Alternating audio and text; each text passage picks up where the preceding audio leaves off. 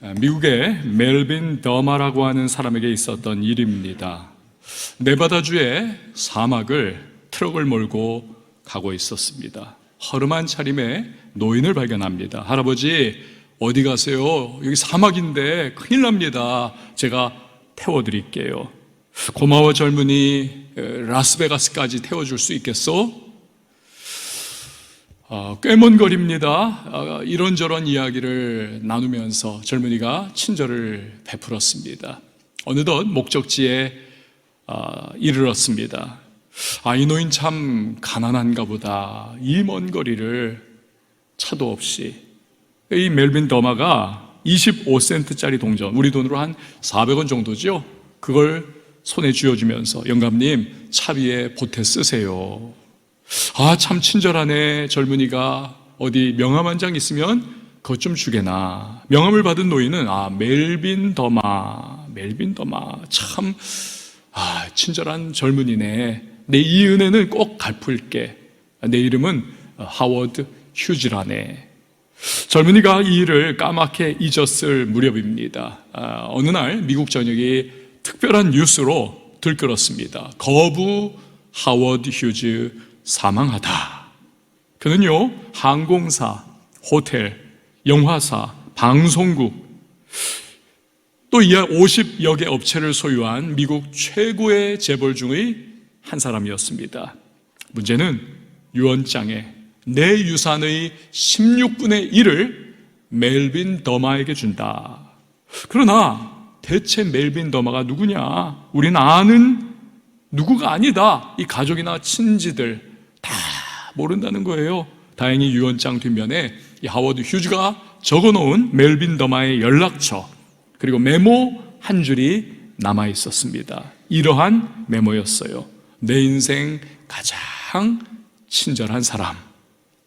당시에 하워드 휴즈가 남긴 유산 250억 달러입니다. 그 중에 16분지 1, 1억 5천만 달러, 우리 돈으로 약 2천억 원입니다. 2천억 원. 잔잔한 호수에 돌을 탁 던지면요, 퐁 하고 밑으로 가라앉아 버립니다. 그러나 그 이후에 파장이 멀리 퍼져갑니다. 감동을 주는 게 그와 비슷하지 않나 싶습니다. 친절을 베풀고 감동을 끼친 사람은 사실 내가 한 거 별로 없어 라고 생각할 수도 있어요. 그러나 마음의 호수에 던져진 그 친절의 감동의 조그만 돌 하나는요, 굉장히 큰 파장을 일으킵니다. 너무 고마운 거지요. 그리고 나도 저 사람에게 그렇게 최선 다해야지, 갚아주고 싶다, 이런 마음이 퍼져나가게 하는 겁니다. 아마도 하워드 이 휴즈가 이 멜빈 더마에게 느꼈던 것이 그러한 마음이었나 봅니다. 그런데요, 여러분, 우리 하나님도 그러실 때가 있다는 사실입니다. 그분의 마음에 우리가 감동을 드리면 너무너무 기뻐하십니다. 그리고 대견하게 여기십니다. 생각지도 못한 엄청난 은혜와 축복을 주시고는 합니다. 하나님, 제가 도대체 뭘 그렇게 하나님께 대단한 걸 했다고 이렇게까지요? 이 마음이 들 때가 있다니까요. 오늘 본문에 나오는 에녹이라고 하는 사람이 그 실제적인 예입니다. 성경 전체를 보면요, 여러분, 에녹이라고 하는 사람에 대해서는 거의 드러나지를 않습니다. 몇 구절 안 나와요. 아브라함, 이삭, 야곱, 요셉, 다윗, 이런 분들은 엄청난 페이지를 할애해서 성경이 그의 삶을 조망해주고 또 비추어주고 해석해주고 교훈을 우리에게 주고 있습니다. 이런 믿음의 영웅들에 비하면 에녹 너무 미미한 정도예요. 그런데 성경이 아주 특별히 말씀하는 에녹에 대한 초점이 있습니다. 그것은 그가 하나님을 기쁘시게 했다는 거예요. 하나님을 기쁘시게 했더라. 5절 말씀 우리 다시 한번 읽어볼까요? 시작. 믿음으로 에녹은 죽음을 보지 않고 옮겨졌으니 하나님의 그를 옮기심으로 다시 보이지 아니하였느니라. 그는 옮겨지기 전에 하나님을 기쁘시게 하는 자라 하는 증거를 받았느니라. 아멘. 하나님을 기쁘시게 하더라. 이게 무슨 뜻입니까, 여러분? 6절이 해답을 줘요. 믿음이 없이는 하나님을 기쁘시게 하지 못한다. 믿음 없이는 하나님을 기쁘시게 못한다. 그러니까 다시 말하면 에녹은 어떠한 특별한 믿음이 있었고 그 믿음이 하나님의 마음에 막 감동을 주고 기쁨을 드렸다는 겁니다. 하나님을 기쁘시게 한 그의 믿음의 결과는요, 엄청납니다.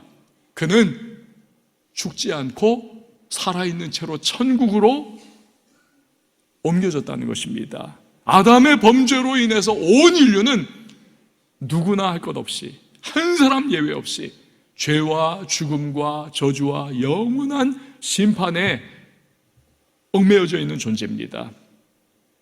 그래서 누구나 죽게 되는 거죠. 하지만 이 사람 에녹은 죽음을 보지 않고 천국으로 옮겨졌다. 하나님께서 너무나 각별하고 너무나 초월적인 은혜를 베풀어 주셨다는 것입니다. 왜요? 하나님을 기쁘시게 하는 믿음을 그가 가졌기 때문이라는 것입니다. 할렐루야. 기쁘시게 하는 믿음. 알고 보니까 이 에녹은요, 그 기업들 중에도 그런 거 있잖아요. 우리가 잘 몰랐는데 알고 봤더니 전 세계에서 1등을 하고 있는, 우리나라에도 그런 기업들이 몇 개가 있습니다. 이게 히든 챔피언이라고 하잖아요. 숨겨져 있는 챔피언들. 믿음의 히든 챔피언이라는 겁니다. 에녹이라고 하는 사람이. 자, 그렇다면 하나님을 기쁘시게 하는 믿음이라고 하는 것은 과연 어떤 것인가? 자, 6절 말씀 다시 한번 읽어봅니다. 시작. 믿음이 없이는 하나님을 기쁘시게 하지 못하나니 하나님께 나아가는 자는 반드시 그가 계신 것과 또한 그가 자기를 찾는 자들에게 상 주시는 이심을 믿어야 할지니라. 아멘. 그러니까 에녹같이 하나님을 기쁘시게 하는 믿음이란 어떤 거냐? 두 가지 특징을 가지는데, 하나는 하나님이 살아계시다는 것을 믿는 믿음이에요. 하나님 계시다, 실제 하신다.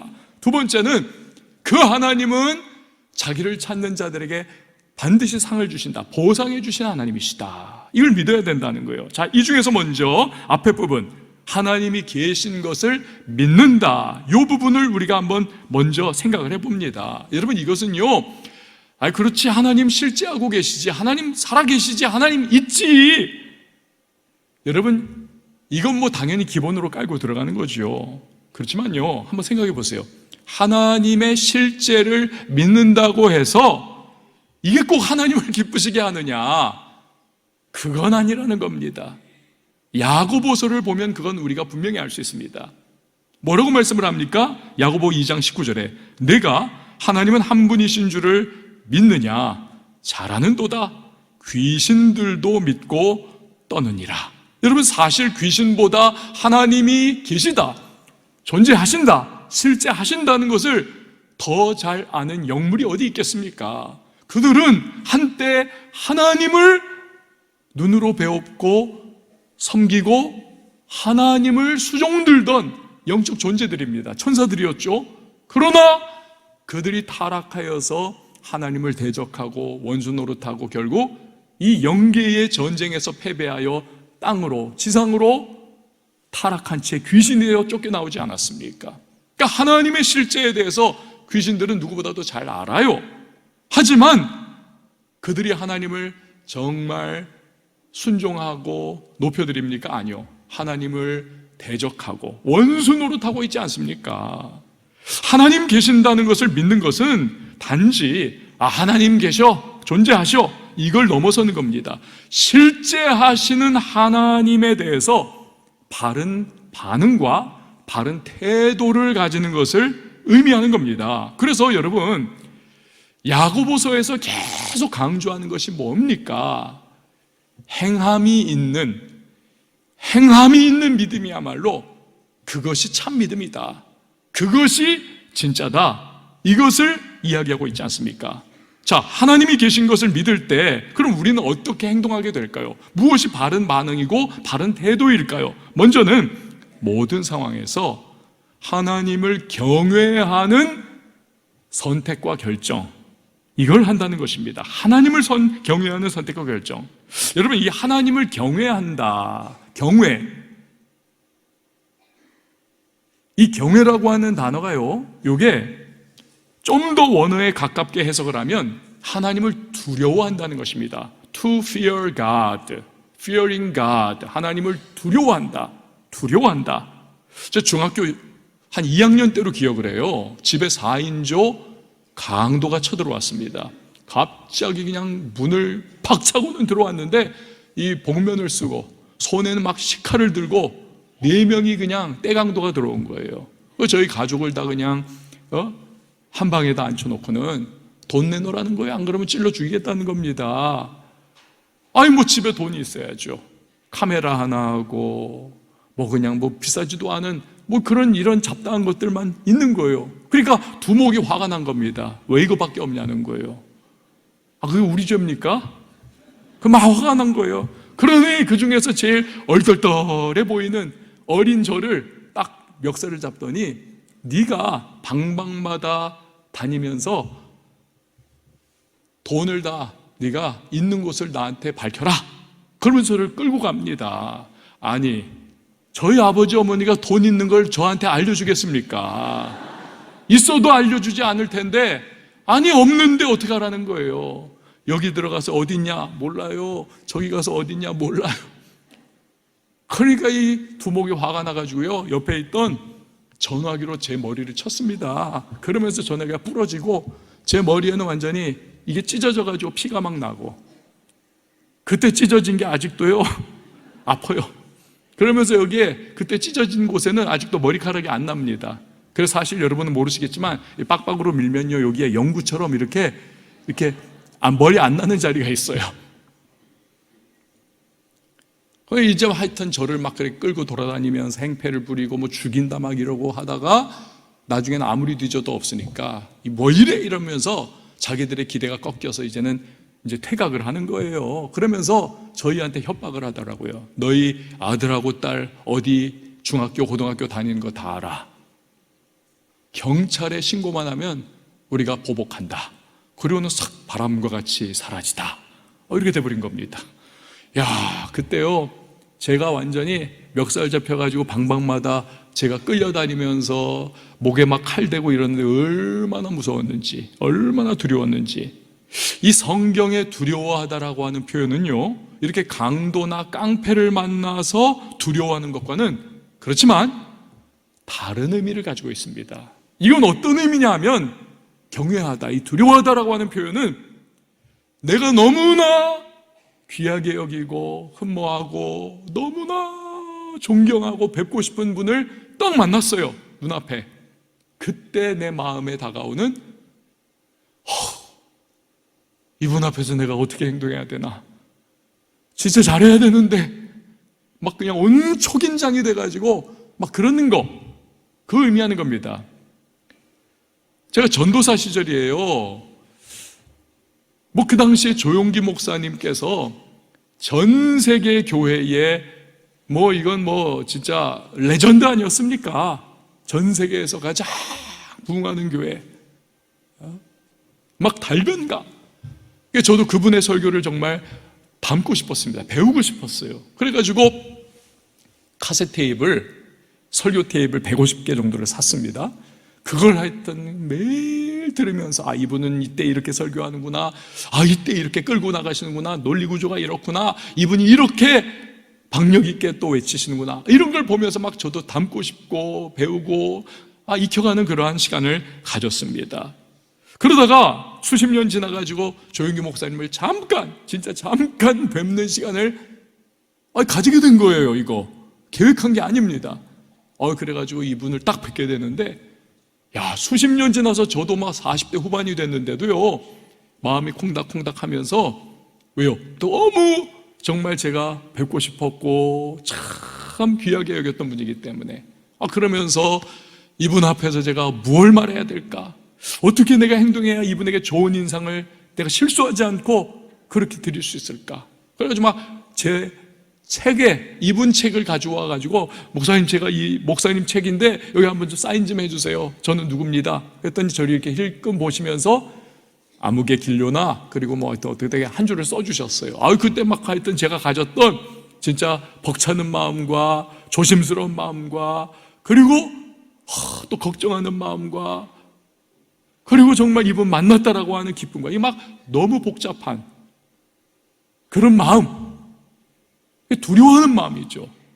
그러나 긍정적인 경외하는 마음, 성경이 바로 그겁니다.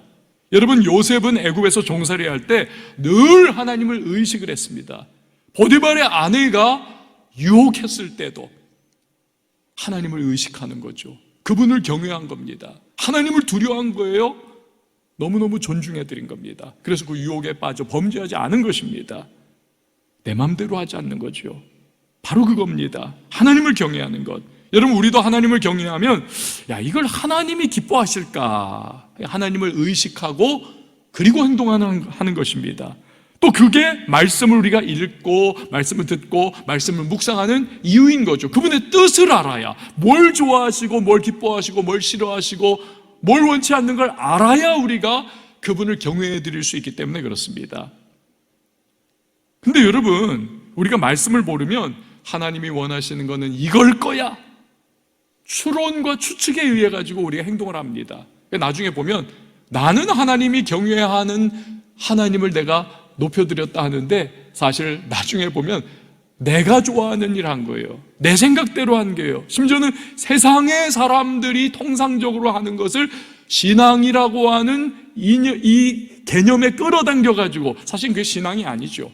삶의 어떠한 양태일 뿐입니다. 이걸 끌어당겨가지고 거기에 신앙이라고 하는 이 잘못된 라떼를 딱 붙여가지고 나 하나님께 이거 내가 잘했다 생각하는 우를 범할 수가 있는 것입니다. 여러분, 우리가요 이제 결혼을 하는데, 제가 이제 주례를 설 때 우리 이제 결혼한 커플들이 처음에 결혼행진곡과 함께 쫙 이제 신혼 부부로서의 행진을 딱 시작합니다. 그때 제가 이 친구들한테 꼭 성경을 새로 선물을 합니다. 그리고 신랑이 딱 여기에 이렇게 잡고 신부를 딱 이렇게 해가지고는 이제 행진을 하게 해요. 그때 제가 이 새롭게 시작한 가정에게 주는 말씀이 뭐냐 하면, 여기 꼭 쓰는 게 여호수아 1장 8절입니다. 여호수아 1장 8절. 이 율법책을 내 입에서 떠나게 하지 말며 주야로 그것을 묵상하여 그 안에 기록된 대로 다 지켜 행하라.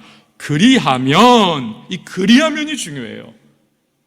알아도 들어도 기억은 해도 행하지 않으면 안 된다는 거죠. 그리하면 내 길이 평탄하게 될 것이라 내가 형통하리라.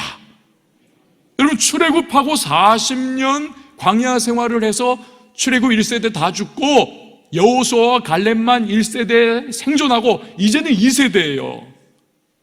그들을 데리고 가나안으로 들어가야 하는 여호수아는요, 모세 사후입니다. 그 무게감, 200만이 넘는 이스라엘 백성을 자기가 책임져야 하고 지도해야 한다는 그 막중한 부담감에 그는 짓눌려 괴로워하고 두려워하고 힘들어하는 겁니다. 그런 여호수아에게 하나님께서 말씀하시는 겁니다. 너가 내 말을 순종하고 율례를 따르면 내가 너를 잘되게 해줄 거야, 형통하게 해줄 거야. 그 말씀을 주시는 겁니다. 사랑하는 여러분, 우리도 매사에 하나님을 의식하고 경외하면서 말씀을 통해서 그의 뜻을 알고 따를 수 있기를 바랍니다. 선택하고 결정하고, 그럴 때 하나님은 반드시 은혜와 복을 주실 줄 믿으시기를 바랍니다. 자, 우리가 하나님 계신 걸 믿을 때 하는 또 하나의 행동이 있습니다. 또 하나의 행동, 그것이 뭐냐면 하나님과 동행하는 거예요. 한번 저를 따라해 주십시오. 하나님과 동행하라. 자, 창세기 5장 말씀을 보면요, 이 하나님을 기쁘시게 하는 믿음을 가졌던 사람 에녹에 대해서 짧은 4개의 구절이 그의 삶을 요약을 해주고 있습니다. 딱 4구절이에요. 근데 그 4구절에서 반복하는 단어가 있습니다. 동사가 있어요. 그게 바로 동행하다, 동행이라고 하는 단어입니다. 창세기 5장 21절에서 24절 보니까 에녹은 65세에 무드셀라를 낳았고 무드셀라를 낳은 후 300년을 하나님과 동행하며 자녀들을 낳았으며 그는 365세를 살았더라. 함께요. 에녹이 하나님과 동행하더니 하나님이 그를 데려가심으로 세상에 있지 아니하였더라. 아멘. 그러니까 에녹은 하나님과 동행하는 인생을 살았다는 거예요. 4구절로 그의 인생을 압축 요약하는데 그 중에 2번이나 동행했다는 거예요, 하나님과. 근데 여기서 동행하다라고 하는 이 히브리어 단어는요, 걷다, 산책하다라고 하는 의미를 가지고 있습니다. 여러분 한번 상상의 나래를 펴서 그림을 마음속에 한번 그려보세요. 아주 울창한 숲이 쫙 아름답게 오솔길을 만들어 우리로 참 감탄을 자아내는 경치를 우리에게 제공을 해주고 있어요. 거길 2 사람 이제 걸어가는 겁니다. 친근하게. 그러면서 요즘에 겪고 있는 일들도 이야기를 하고 속상한 얘기도 토로하고, 어쩌면 좋겠느냐, 이렇게 하면 어떻겠느냐, 나는 이렇게 했더니 그런 비슷한 일 잘 넘어갔더라 하면서 격려도 하고 두런두런 우정을 나누는 2 친구가 있어요. 그렇게 2 사람이 정겹게 그 오솔길을 산책을 하고 걸어가는 그 과정, 얼마나 참 아름다워 보입니까? 그러면서 우리는 정말 친구야, 이 친구 정말 좋은 친구야, 그 우정은 더 깊어가고 있습니다. 근데 바로 그거예요. 에녹이 하나님과 동행했다, 그런 의미를 가지고 있습니다. 그러니까 하나님과 친밀한 교제를 하면서 인생을 살아갔다는 거죠. 어떤 분은요, 하나님 계신 것은 알고 있어요. 그것도 믿기도 합니다. 그러나 하나님과 동행하지는 않습니다. 그냥 자기 인생을 자기가 살아가는 거예요. 교회 나와서 1시간 예배는 드리지만 나머지 6일 동안은 그냥 내 생각, 내 방식, 나의 계획, 나의 여러 가지 뜻을 따라서, 또 세상 돌아가는 통념에 의해 가지고 거기에 편성해서 그냥 살아갈 따름입니다. 하나님과는 무관해요. 그러다 보니까 직장에서, 가정에서, 인간관계에서 불신자들하고 별반 다를 것이 없습니다. 이런 분이 어쩌다가 듣는 소리가 있어요. 김 과장, 교회 다녔어? 이런 소리 들어요.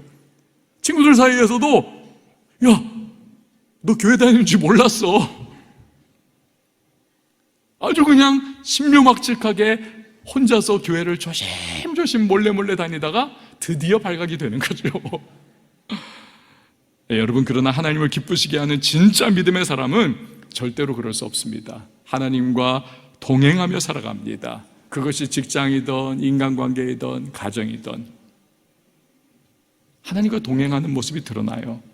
노아라고 하는 인물은 대홍수 심판으로부터 방주에 들어가서 살아남은 사람 아닙니까? 근데 창세기 6장이 이 노아에 대해서 설명을 해줍니다. 특별하게도 노아 역시 에녹과 동일한 모습을 보여줍니다. 특징이 같아요. 창세기 6장 9절에 보니까 이것이 노아의 족보니라. 노아는 의인이요 당대의 완전한 자라. 그는 하나님과 뭐 했다고요? 동행하였으며. 여러분, 노아의 시대는요, 그야말로 죄가 관영하고 그냥 아주 그냥 드득드득 쌓여있던 때입니다. 죄가 아닌 하나의 생활 습관화되었고, 죄가 그냥 하나의 문화화되어서 이게 죄인지 아닌지도 몰라요. 그렇게 그냥 살아가는 것이 당연하다고 여겨지던 때입니다. 오죽하면 하나님이 온 천지에 쌓이고 쌓인 죄악으로 인해서 도저히 이제는 더 인내와 견디시지 못하셔서 홍수 심판으로 인류를 멸절시키셨겠습니까? 그런데 놀랍게도 노아는 그런 시대 상황에 둘러싸여 살면서도 하나님과 동행했더라는 거예요. 이런 노아를 하나님이 얼마나 기뻐하셨는지 창세기 6장 8절에서 볼 수가 있습니다. 그러나 노아는 여호와께 뭘 입었다고요? 은혜를 입었더라. 은혜를 입었더라. 하나님과 동행하다 보니까 하나님이 막 은혜를 주시는 거예요. 이 은혜는요, 영어 성경에 보면 favor입니다. favor, F-A-V-O-R, favor. 이 favor는요, 호의를 베풀다 할 때 호의, 그리고 심지어는 편파적인 사랑을 의미합니다. 그래서 이 favor에서 파생한 단어가 favorite. 너는 나의 favorite한 친구야. 너는 내가 제일 좋아하는 친구야. 이런 거 아닙니까? favor예요, favor. 아주 그냥 호의, 편파적인 사랑. 그냥 노아가 온 인류 중에서 하나님께 그러한 페이버를 받았다는 겁니다. 왜요? 당연하죠. 하나님과 동행을 했기 때문에. 하나님과 동행을 했기 때문에. 여러분, 우리가 하나님과 동행하는 것이 얼마나 하나님께서 원하시는 건지를 우리가 누구에게서 볼 수 있는가? 미가 선지자의 시대는 온 이스라엘에 죄와 불경건이 가득하던 때입니다. 이스라엘은 하나님의 백성이에요. 그런데 그들 사이에 이제는 우상숭배, 음란방탕, 죄가 가득한 시대가 되었습니다. 이런 시대 상황 속에서 하나님은 미가 선지자를 통해 외치시는 거예요. 미가서 6장 8절에 사람아, 주께서 선한 것이 무엇임을 내게 보이셨나니 여호와께서 내게 구하시는 것은 오직 정의를 행하며 인자를 사랑하며 겸손하게 내 하나님과 함께 행하는 것이 아니냐. 하나님과 동행하라는 거예요. 이게 하나님이 간절히 원하는 거라는 거예요. 여러분, 하나님과 동행하면 어떤 모습으로 살아가게 될까요? 죄와 유혹을 멀리하게 됩니다. 거룩은 불의와 함께할 수 없고요, 빛은 어두움과 동행할 수가 없는 것과 마찬가지죠. 에녹도 노아도 미가 선지자 시대에 하나님이 바라던 진짜 성도의 모습도 그런 거라는 겁니다. 사랑하는 여러분, 우리가 그냥 세상 속에 뒤섞여가지고 세상 살아가는 방식으로 똑같이 살아가지 않기를 바랍니다. 남들 다 하는 대로 살면서 모두 그렇게 하는데 뭐 나라고 뭐 벌 방법 있겠나?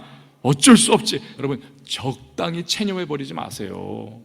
세상이 제 아무리 죄악이 가득해도, 세상이 제 아무리 하나님 없이 살아도, 세상이 제 아무리 자기 소견에 옳은 대로 살아도 저와 여러분은 하나님과 동행할 수 있기를 바랍니다. 그렇게 살면 힘들 텐데요. 너무 바보 같을 건데요. 너무 잃을 게 많을 건데요. 맞아요. 바보같이 여겨질 수도 있을 겁니다. 잃을 것이 많을 수도 있어요. 너무 힘들지도 모릅니다. 그러나 하나님과 동행할 때 얻는 어마어마한 페이버, 호의, 편파적인 사랑이 우리에게 부어진다는 사실입니다. 그러나 노아는 여호와께 은혜를 입었더라. 여러분, 성경에서 하나님의 이 페이버, 호의, 편파적인 사랑이 막 물부터 부어진 대표적인 인물 중에 하나가 야곱입니다. 야곱은요, 사기 캐릭터입니다. 성격이 캐릭터가 아주 사기꾼 기질이 농후한 사람이에요. 그래가지고는 이 사람이 아버지도 등치고 자기 쌍둥이 형도 등치고 축복 다 몰래 빼앗으려고 했고 얼마나 못됐습니까? 그러다가 형이 분노해가지고 너 죽인다. 진짜 죽일 사람이거든요. 그러니까 걸음아 나 살려라 하면서 밧단아람으로 외삼촌 라반의 집으로 도망을 가지 않습니까? 형의 살해 의도를 피해가지고 그 길에 하란의 들판에서 그가 하나님을 만나요. 그러면서 그가 그때부터 하나님께 믿음 고백하고 결단하면서 하나님과 동행하기 시작을 합니다. 그러자 하나님께서 이런 못난 야곱에게 페이버를 베풀어 주십니다. 그때부터 인생에 막 복이 쏟아져요. 외삼촌 라반의 집에서 20년 종살이 하는 동안에 정말 못 볼 걸 다 봤지만, 어마어마하게 속임을 당했지만, 그러나 그 외삼촌의 집에서 거부가 되지 않습니까? 나중에는 외삼촌이 이놈 내가 죽여버려야지 해가지고 막 그냥 온 사람들 다 끌고 야곱을 추적해 올 때에도 하나님께서 라반의 그 외삼촌의 꿈에 나타나서 라반을 책망을 하십니다. 꾸짖으세요. 그래서 라반이 마음을 바꾸고 야, 우리가 화평의 조약을 맺자. 그렇게 돼버립니다. 고향으로 돌아가는 길에 아들들이 세겜성에서 끔찍한 학살을 하지 않습니까? 학살을 저질러요. 그 세겜성 사람들하고 동맹을 맺은 부족들이 그래서 야곱의 온 집안을 완전히 몰살을 시키려고 하는 위기에 처하는데, 그때도 하나님이 페이버를 베풀어 주셔서 이 야곱의 집을 안전하게 보호를 해주십니다. 압권은 이거예요. 그가 그렇게도 수십 년 전에 두려워했고 도피했던 그 대상인 자기의 쌍둥이 형 에서를 드디어 만나게 되었습니다. 에서가 이놈 죽이겠다고 수십 년 만인데도 400명의 군대를 입고 나타났지 않습니까? 그런데 하나님이 페이버를 베풀어 주시니까 에서가 야곱을 끌어안고 내 동생아 하면서 아까 전에는 죽인다고 했는데 지금 완전히 막 통곡하면서 오래간만에 너를 만났다 하면서 막 하나님은 막 마음을 막 녹여주신 거예요. 그리고는 어처구니 없게도 야곱아, 내가 이제부터 너를 내가 인솔해 줄게, 가이드해 줄게. 그러면서 막 이리 가자 저리 가자 막 하기도 하고 그를 보호해 준다. 그렇게 믿을 수 없는 상황이 연출되게 하지 않습니까? 사랑하는 여러분, 하나님과 동행하시기를 바랍니다. 반드시 하나님의 페이버, 호의와 편파적이라고까지 할 수 있는 우리를 향한 주님의 사랑이 우리에게 부어질 것을 믿으시길 바랍니다. 이런 하나님의 페이버를 그 사람의 작은 이익 때문에 발로 차버리는 소탐되시를 우리는 범해서는 안 되는 것입니다. 자, 하나님이 계신 걸 믿을 때 우리가 하는 행동이 또 하나가 있습니다. 그것은 고난과 시련이 닥쳐와도 견뎌내는 겁니다. 그리고 하나님 뜻대로 나아가는 것입니다. 왜요? 하나님은 로마서 8장 28절에 나오듯 합력하여 선을 이루시는 하나님이시기 때문에 그렇습니다. 로마서 8장 28절, 우리가 알거니와 하나님을 사랑하는 자 곧 그의 뜻대로 부르심을 입은 자들에게는 모든 것이 합력하여 뭐를요? 선을 이루느니라. 즉 합력선의 은혜를 베푸시는 하나님. 지난주에 어느 우리 집사님 한 분하고 이제 대화를 하다가 이분이 자기 간증을 하나 이야기를 하시더라고요. 어느 빌딩에 오피스텔 그 하나에 이제 계약을 한 거예요.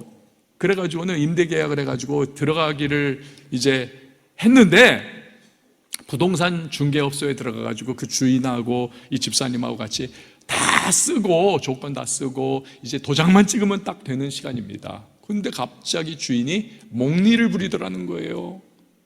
터무니없는 자꾸 막 그런 말을 막 강요를 하는 겁니다. 그래가지고 이 집사님이 막 멘붕이 온 거예요. 결국에는 계약이 깨져버렸습니다. 거기에서 중재를 하고 있던 부동산 중개업자도 내가 이런 경우는 진짜 이거 진짜 황당하다. 이 주인 너무하다. 혀를 두르더라는 것입니다. 그리고 나서 이 참 어처구니 없는 일 끝나고 나서 이분이 마음속에 그 생각이 가졌대요. 여러분, 신앙이 조금씩 점점 더 깊어지고 성숙해진다는 것이 무엇일까요?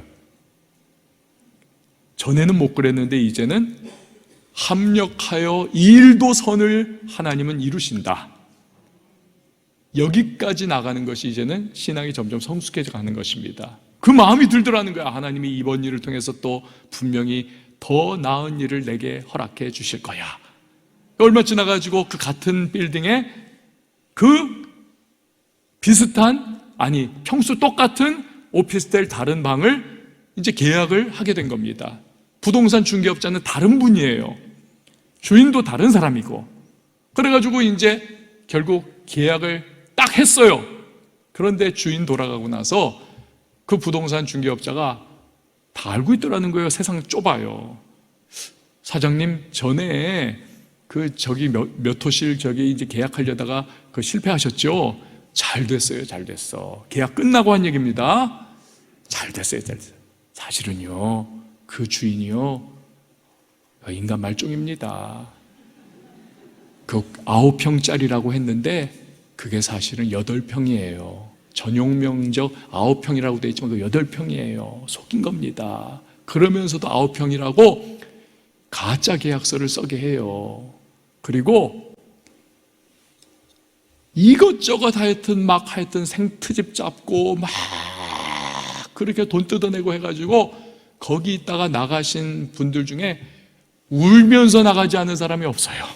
그렇더라는 겁니다. 아유. 그러니까 막 그런 목리를 부린 거죠. 나중에 하여튼 또 그렇게 하려고. 그러면서 이 중개업자가 말하기를, 선생님 지금 9평짜리 들어오셨잖아요. 예. 근데 여기는 또 9.5평이에요. 그래 봤더니 그때 8평인데 9평이라고 했던 그 이전 곳과 너무 차이가 나더라는 거예요. 그러면서 이분이 하나님이 정말 합력선의 은혜를 베풀어 주셨어요, 목사님. 그 이야기를 하시더라고요. 간증이죠. 사랑하는 여러분, 그렇습니다. 우리 하나님은 합력하여 선을 이루시는 분이심을 믿으시기를 바랍니다. 우리 하나님, 합력선의 하나님이다. 이거 믿는 사람은요, 고난과 시련을 견뎌냅니다. 그리고 하나님의 기뻐하시는 뜻을 위해서 계속 앞을 향해 나아갑니다. 그럴 때 하나님은 신실하게 그분의 일을 행해 주시는 것입니다. 유학할 때에 로키 산맥을 쫙 운전을 해간 적이 있습니다. 이 로키 산맥은요, 우리나라에도 태백 산맥 있고 막 그렇지만 이거는 세 발의 피입니다. 로키 산맥은요 거의 대륙입니다. 대륙을 그냥 완전히 관통하는 거예요. 그래서 캐나다의 중서부 지방에서 시작해서 캘리포니아에 이르기까지 그 광활한 땅을 이 로키 산맥이 쫙 그렇게 이어가는 겁니다. 이제 거기를 쫙 이제 가는데 와 진짜 대단하더라고요. 그 입이 떡 벌어져요. 해발 2000m인데 그 차가 막 힘들어서 그만 좀 가자 차가 걸걸걸 정도의 2000m. 진짜 조금만 더 과장해가지고 여기 준위층에 있는 분들 정도의 여기 하늘이 맞닿아 있습니다. 구름이 여기 있는 거예요. 저 준위층 있는 분들 정도에. 조금 과장은 붙였어요, 제가. 그 정도예요. 그 정도. 근데 이 로키 산맥이에요. 이 장관인데 여기 가면 무릎 꿇은 나무라고 하는 나무들이 있습니다. 무릎 꿇은 나무. 지금 여러분이 보시는 저 나무예요. 무릎 꿇은 것 같잖아요. 해발 2000m. 그 이상이니까 바람이 그냥 엄청나고요. 추위가 혹독합니다. 그러니까 똑바로 자라서는 생존이 어려워요. 바람에도 꺾이고 막 이렇게 휘어지고 하면서 살려다 보니까 저러고 있는 겁니다. 저러고. 근데요, 저 나무로 바이올린을 만들면 베니어 합판을 막 압축하고 해가지고 만드는 연습용 바이올린과는 비교도 할 수 없는 그러한 소리를 내는 바이올린이 만들어집니다. 왜? 해발 2000m 이상 혹독한 추위와 강풍을 견뎌내고 그냥 다져져서 생존한 그 꽉 들어찬 그 나무. 그러면 공명이 다른 거예요. 소리가 다른 겁니다. 비교할 수가 없는 것입니다. 너무나 깊고 은은하답니다. 하나님이 우리를 고난과 시련 속에 내버려 두실 때가 있습니다. 아니 주님 이게 뭡니까 대체? 왜 나만 갖고 이렇게 하십니까? 이 마음에 아우성이 쳐질 때가 있어요. 적지 않은 사람이 시험에 빠지고 심지어 믿음에서 이탈하기도 합니다. 그러나 하나님이 계시고 그 하나님은 합력선을 이룬다는 것을 믿는 사람은요, 그 고난과 시련도 결국 견뎌내는 것입니다.